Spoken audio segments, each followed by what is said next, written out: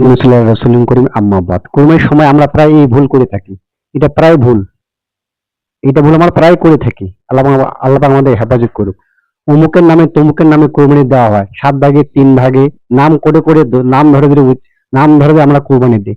এটা প্রায় ভুল।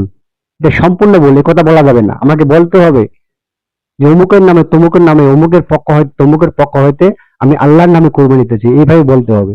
আমাদের বলার ভুল।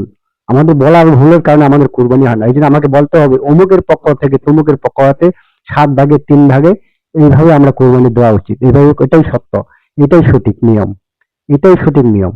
আমরা ভুল পন্থা অবলম্বন করে দিই। ৭ ভাগে নামে আমরা ৭ ভাগে কোরবানি দিই। কারো নামে কোরবানি হবে না, একমাত্র আল্লাহর নামে কোরবানি হবে। আমরা পক্ষ ধরেতে অমুকের পক্ষ হয় তমুকের পক্ষ হইতে আমরা কোরবানি দেবো। ৭ ভাগে ৩ ভাগে দেবে। এটাই বাস্তব নিয়ম। এটাই সঠিক পন্থা। আল্লাহ তো সঠিকভাবে কোরবানি করার তৌফিক দান করুন। আলাইকুম।